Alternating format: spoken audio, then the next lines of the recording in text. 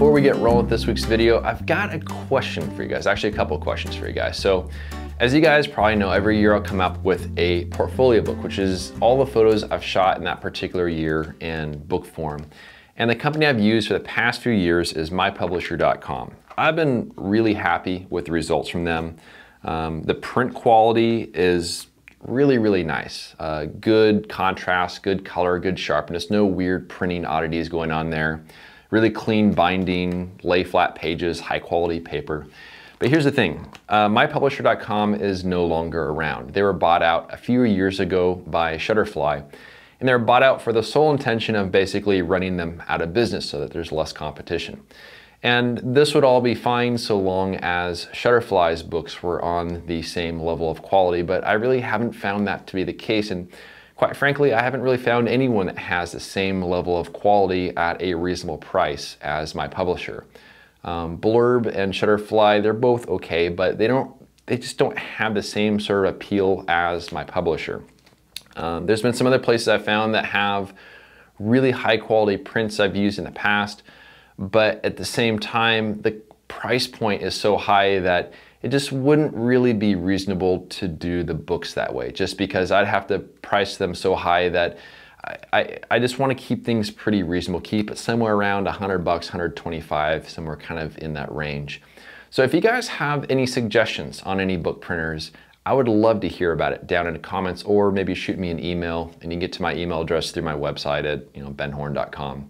But I really got to start working on this because I already have a pretty decent body of work from this year.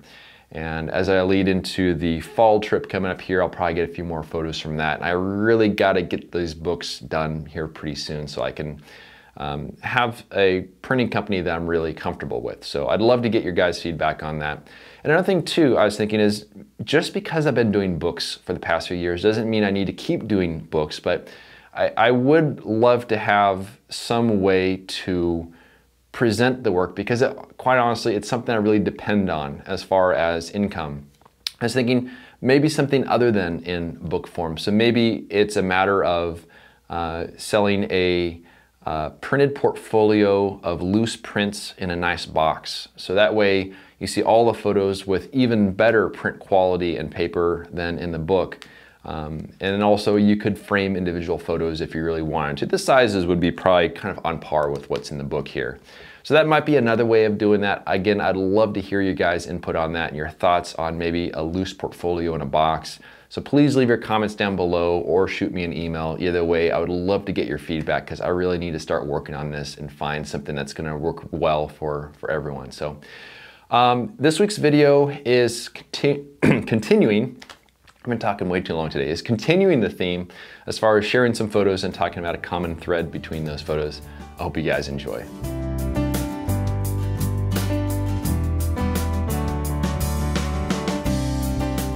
What is going on, everyone? So in this week's video, I want to sort of continue the theme as far as sharing a handful of photos that all have a common thread between them, and kind of use that as a way of talking about certain parts of composition and the sort of thought that went into shooting photos, as well as many things I've learned from that process. So the common theme for this video is photos that do not have a dominant subject. And this is one of the things I think early on as photographers we're told, if you shoot a photo, you want the viewer of that photo to be immediately aware of what the subject is. And that really helps with composition. Everything else kind of falls in order by having that dominant subject. But what about a photo of chaos? What about a photo that does not have a dominant subject? This is something I've learned over the past few years in particular that is a very powerful tool. It's something that I kind of continually revisit when I'm setting up compositions, because I've had a few photos that actually worked pretty well in this regard. So the first photo I'm going to share is one I shot during the fall of 2015 in Zion National Park. I was sort of wandering around the east side of the park, and it was a bit past peak fall color, but I did find this really nice grove, a really small grove, I got like 4 or 5, 6 trees of maple trees up against a big sandstone kind of rock formation within the washes there. And it was beyond fall color, a lot of the leaves were already gone. But what I did find is that if I'd climbed up the other side of that wash and kind of looked across at those trees, there was this really nice pattern that was formed based on the leaves, all the branches.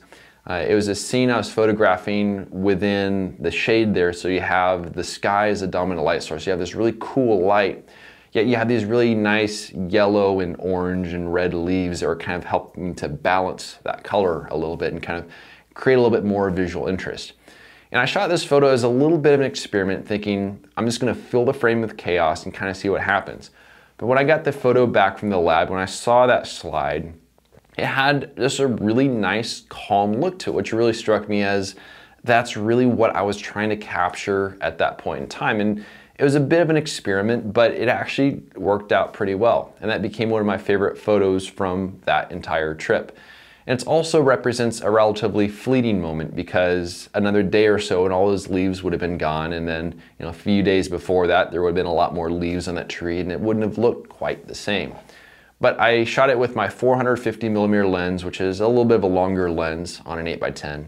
And when I set up the composition, I was just moving the camera left, right, up, down until I was basically just uniformly just filling the frame with the chaos of that scene. And what I learned from that is that, I've been struggling for quite a while to sort of take photos of these scenes that have chaos. And I always thought, you'd have to have some sort of dominant subject to kind of put the attention in one way or another. But as it turns out, just showing that chaos that kind of creates a pattern is a very powerful visual tool, because it really does create a very sort of calm image.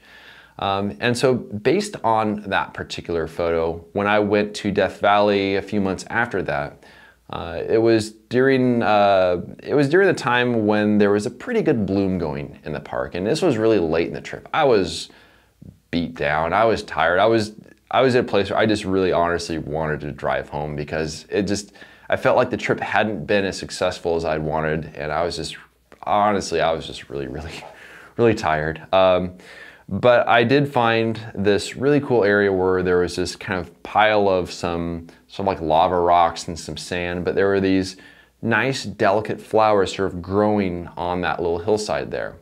And based on what I had learned in the photo I had shot during the fall, I realized, if I can just find a way to just fill the frame with chaos and not have a dominant subject, I might be able to, in some ways, kind of recreate the factors that went into creating that photo in the fall, and maybe I'll walk away with something that was pretty decent.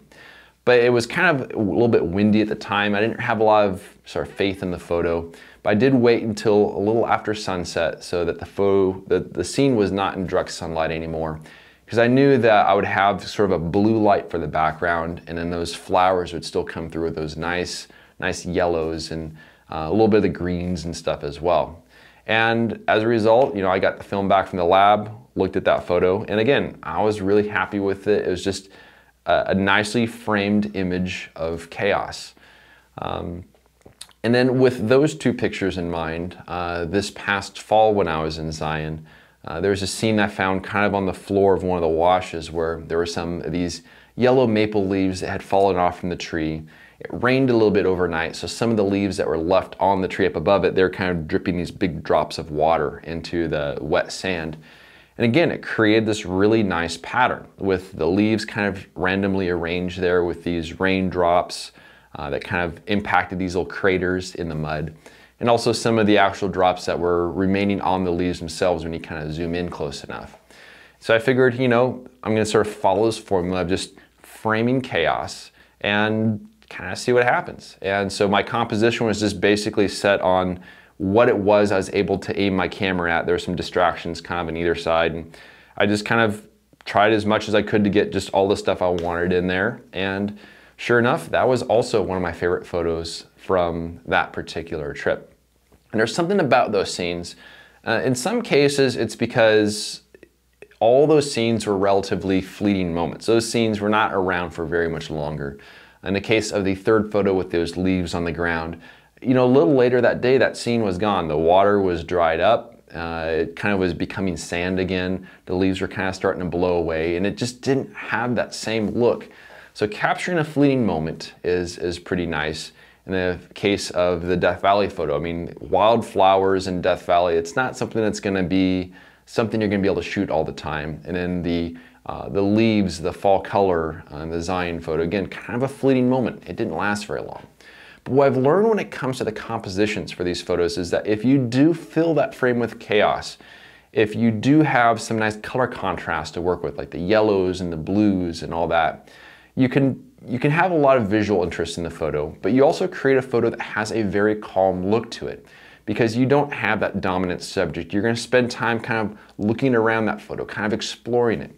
If you imagine one of these photos printed very large on a wall versus a photo of just any sort of landscape photo with just a very dominant subject, chances are that you might spend more time with your eye kind of exploring the photo of chaos because your eye will just kind of get led around in all kinds of different directions. And I think that repeating pattern is something that also sort of creates a sense of calm, which is one of the things I was sort of trying to capture with these photos. And I think that's one of the reasons why I've added just photos of chaos to my toolkit as far as trying to find, that sort of subject when I'm out in nature, because it really does seem like it helps to capture the feeling I had when I was standing there. So don't be afraid of just filling the frame with chaos.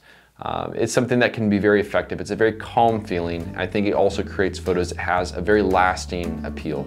But I want to thank everyone for watching, and we'll see you around next time.